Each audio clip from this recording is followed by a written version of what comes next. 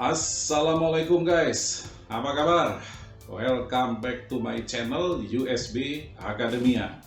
Channelnya para akademisi, para dosen, para mahasiswa, dan siapa saja yang mencintai sains, mencintai ilmu pengetahuan. Pada edisi USB Academia kali ini, saya secara singkat akan mengulas apa itu etika komunikasi. What is communication ethics? Sahabat USB, sudah umum kita pahami bahwa komunikasi adalah proses penyampaian dan penerimaan pesan, sending and receiving messages, melalui sarana-sarana verbal maupun non-verbal. Pihak yang menyampaikan pesan atau informasi atau rangsangan lazim disebut dengan komunikator, sedangkan pihak yang menerima pesan, informasi atau rangsangan dikenal dengan komunikan. Ada banyak faktor atau variabel yang mempengaruhi agar proses komunikasi berjalan baik, berhasil, atau efektif. Menurut Scott M. Kultip, sedikitnya ada 7 faktor yang mempengaruhi proses komunikasi yang dalam bahasa Indonesia disingkat dengan 6K1S. 6K1S, yakni kredibilitas, konteks, contents, kejelasan atau clarity, kesinambungan atau konsistensi, kemampuan komunikan atau capability of audience, dan 1S-nya adalah saluran distribusi, channels of distribution. Selain faktor-faktor 6K1S tersebut, salah satu faktor yang tidak boleh dilupakan dan faktor itu cukup mempengaruhi proses komunikasi adalah faktor etika. Ethics.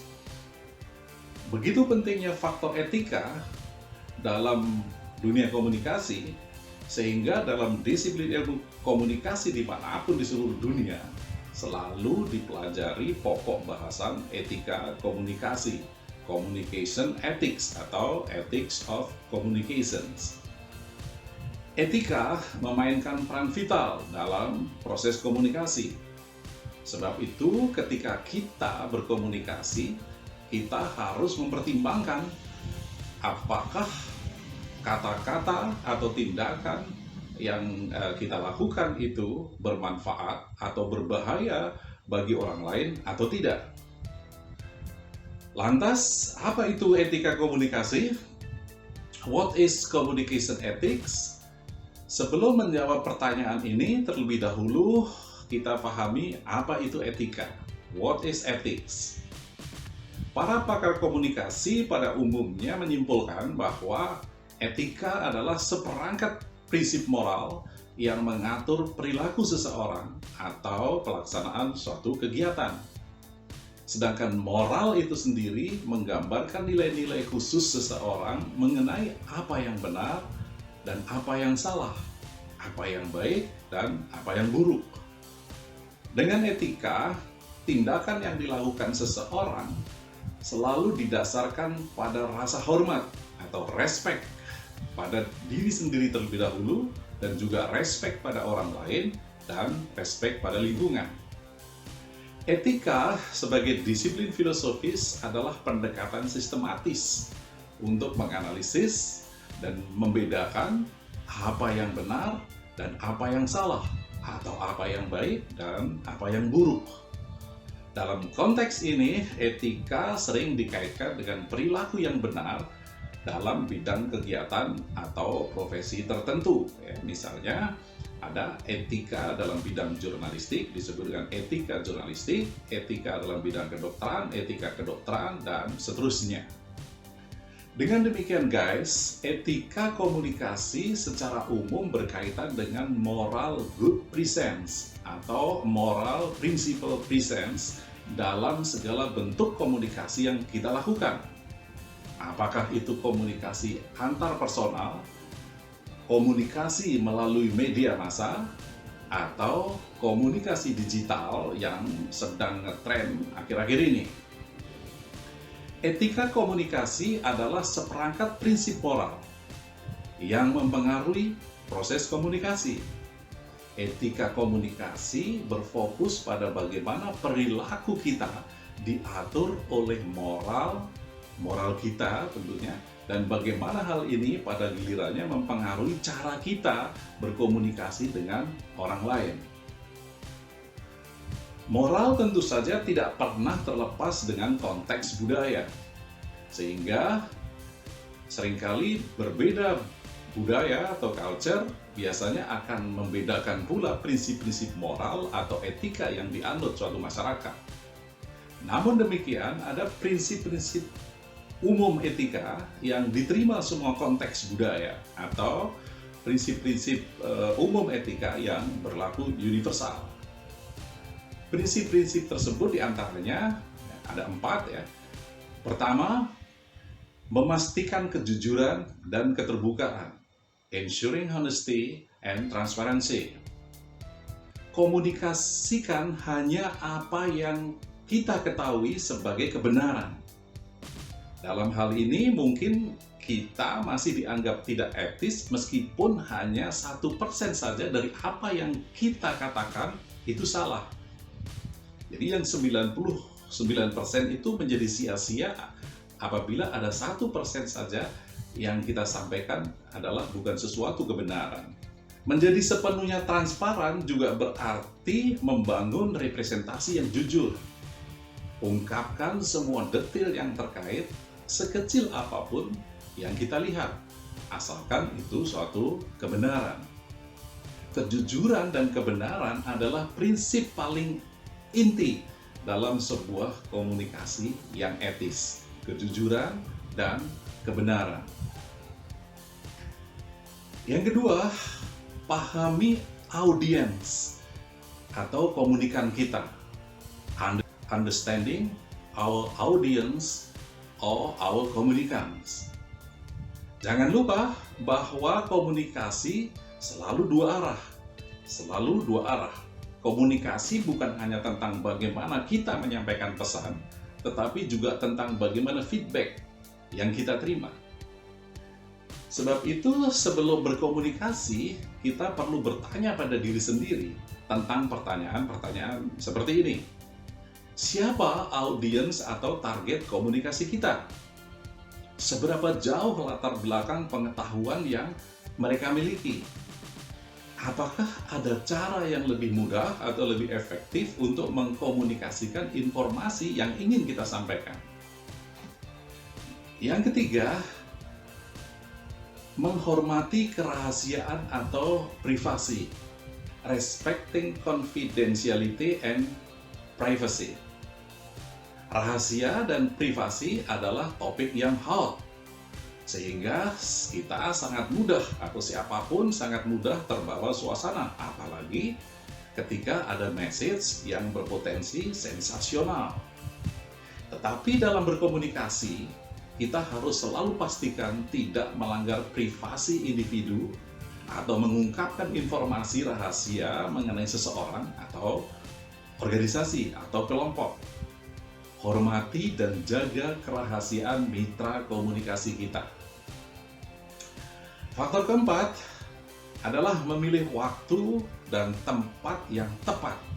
Choosing the right time and place. Menjadi komunikator yang etis tidak semata-mata hanya mengandalkan apa yang kita katakan, tetapi perhatikan juga kapan dan di mana. Bijaksana dan berhati-hatilah dalam memilih waktu dan tempat yang paling tepat untuk berkomunikasi. Pemilihan waktu dan tempat yang salah bisa membuat komunikasi tidak mencapai tujuan yang kita harapkan.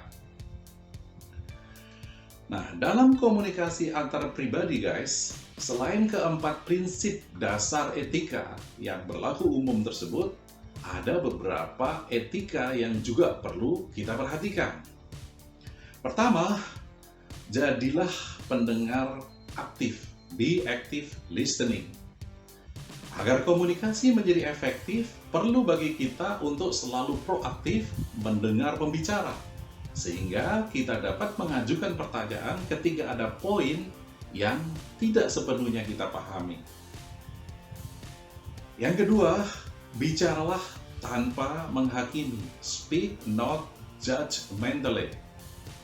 Berkomunikasi secara etis berarti berbicara dengan cara yang tidak menghakimi setiap audiens. Ini pada gilirannya dapat meniadakan konflik yang tidak perlu, yang dapat mengganggu proses komunikasi. Ketiga, bicaralah dari pengalaman kita sendiri. Speak from our experience. Membawa pengalaman pribadi ke dalam dialog dengan audiens adalah penting, karena ini akan menambah argumen kita dengan sesuatu yang lebih nyata, lebih konkret. Yang keempat, pertimbangkan saluran komunikasi yang disukai audiens atau komunikan kita. Consider the receiver's preferred communication channels. Kita berisiko kehilangan audiens jika kita menggunakan saluran komunikasi yang tidak disukai oleh audiens yang kita tuju. Untuk dapat berkomunikasi secara efektif, gunakan saluran komunikasi yang paling disukai. Apakah itu tatap muka, komunikasi melalui email, melalui Zoom, atau Google Meet, melalui telepon, atau melalui sarana komunikasi yang lain. Pilih yang paling disukai audiens. Yang kelima, berusahalah untuk memahami. Strive to understand. Meskipun penting untuk proaktif dalam mendengarkan, penting juga bagi kita untuk berusaha memahami sepenuhnya apa yang dikatakan sebelum kita memberikan respon, apakah bertanya atau menyampaikan pendapat kita. Keenam, hindari nada negatif. Avoid a negative tone. Nada adalah salah satu aspek penting dalam komunikasi. Seorang pendengar atau komunikan dapat kehilangan makna sama sekali jika nada kita salah atau negatif. Ini semua pada gilirannya dapat menimbulkan konfrontasi yang tidak perlu, yang menurunkan produktivitas komunikasi kita. Ketujuh, jangan menginterupsi orang yang sedang berbicara. Do not interrupt others. Menyela orang yang sedang berbicara tidak hanya menunjukkan kurangnya rasa hormat, tetapi juga membuat kita tidak memungkinkan mendengar untuk sepenuhnya memahami apa yang dikatakan orang itu. Dan ini seringkali menyebabkan kita membuat asumsi yang salah. Yang terakhir atau yang ke-8, menerima tanggung jawab. Accept responsibility. Dalam hal ini kita harus bertanggung jawab atas tindakan yang dihasilkan oleh setiap kata yang kita ucapkan. Sebab itu berhati-hatilah memilih kosakata dalam berkomunikasi. Sahabat USB, demikian ulasan singkat saya mengenai apa itu etika komunikasi, what is communication ethics, dan prinsip-prinsip dasar atau basic principles apa saja yang perlu kita perhatikan agar kita bisa menciptakan komunikasi yang etis sekaligus efektif. Semoga tayangan ini ada manfaatnya, dan sampai berjumpa kembali dalam video-video USB Akademia selanjutnya. Wassalamualaikum warahmatullahi wabarakatuh.